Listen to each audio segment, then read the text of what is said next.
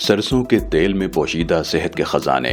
सरसों का तेल तकरीबन सबके घरों में मौजूद होता है और ये बेशुमार फवाइद का हामिल है। इसका इस्तेमाल मुतअद्दिद घरेलू टोटकों में किया जा सकता है। आज हम आपको सरसों के तेल के चंद ऐसे इस्तेमाल बताएंगे जो सर्दियों के मसाइल यानी खुश्की, फटी एड़ियाँ और दीगर मसाइल पर काबू पाने के हवाले से मददगार साबित होंगे।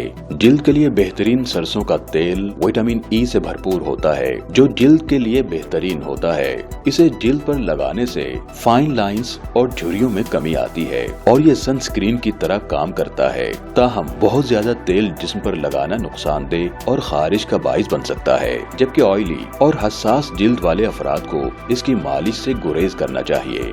नारियल के तेल और सरसों के तेल की यकसा मिकदार को मिलाकर मालिश करना जिल्द की रंगत को भी बेहतर बनाता है। एड़ियां फटने और जल टूट जाने वाले नाखून का मसला दूर करे। एड़ियां फटने का मसला मानसून और सर्दियों में काफी आम हो जाता है और इससे निजात के लिए मोम और सरसों के तेल की यकसा मिकदार को मिक्स करके गर्म करें, जिससे वो गाढ़ा हो जाएगा।